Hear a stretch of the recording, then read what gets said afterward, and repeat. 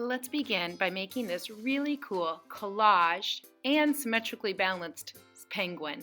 I know I had a lot of fun making these projects, and I hope you do too. Let's go ahead and get started painting the background. Since our penguin probably lives in a very cold temperature or very cold place, I want you to grab some of your tempera watercolor paints, and as you start putting on your tempera watercolors, let's start thinking about our cold colors right now, colors that make us think of cold temperatures, our blues and our purples. It's kind of fun to let those colors mix and match together onto the page. And you'll notice that I've got a painting mat and I tried to mix those colors onto the page onto making the penguin body. Begin with a big, huge U shape. And once you've done that, in the corner I saved some room that I can make for the wings. Now, on a white piece of paper, I want you to make another U shape. Try to fill up the whole part of your paper.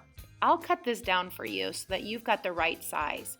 And you're going to make a nice big U shape on that piece of paper. Then, please cut that out.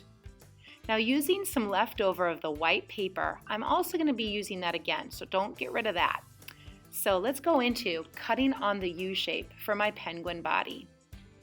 As I cut on that U shape, I'm also going to cut out this oval or pointed leaf shape. And as I cut that in half, I'll have two arms. Now using my white U shape, I'm going to glue that down to my black U-shaped body.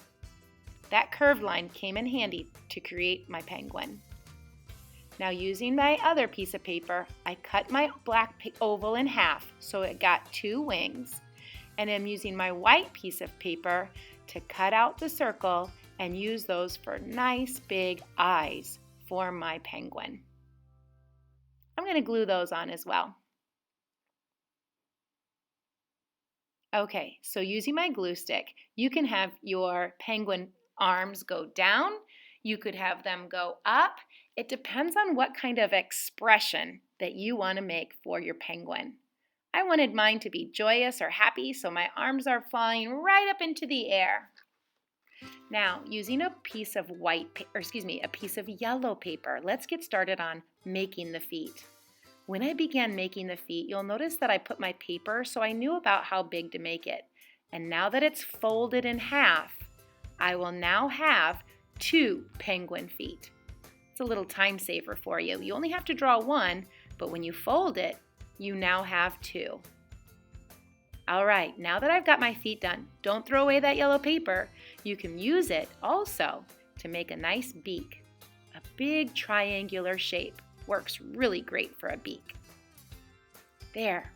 Now that that's put together, let's take a break and start working on the iceberg. When you get your sheet of white paper that's long, like mine, try to make your oval fill up the whole entire page. And then, to make it look 3D, create that line again down below. I also like to add a few little blue lines into my iceberg to make it look 3D and start to give it a little shadow and a little bit of color onto my iceberg. Now that I've got it cut, let's go ahead and cut that out next. Okay, look at that. Now, moving into additional items. Using pieces of construction paper on the supply table, let's go ahead and start making on additional items to collage and give our penguin even more personality. You'll notice how I'm using my oil pastels not just to draw items on, but again, make it look 3D. Using a little bit of white for highlights and a little bit of colored oil pastel really makes this turn out. Now, when I'm moving into making mittens for my penguin, you'll notice how my paper got folded in half. Just like when I did the feet, when you fold it in half and you cut it out, you'll end up getting two that are exactly the same size. I'm going to glue those down to my penguin as well. Lastly, I thought it might be kind of neat to have a scarf for my penguin. I laid my paper onto the penguin so I knew about how big or the size that I should create it. Once I've added my oil pastel designs and decorations, I'm going to take that and place it onto my penguin. Glue that down. There.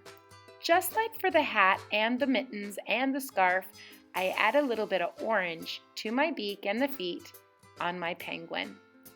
Now once you're done, glue it together. You can see I've got some earmuffs, a candy cane, just having fun. Maybe even a broom might be kind of fun when I get started working on this project.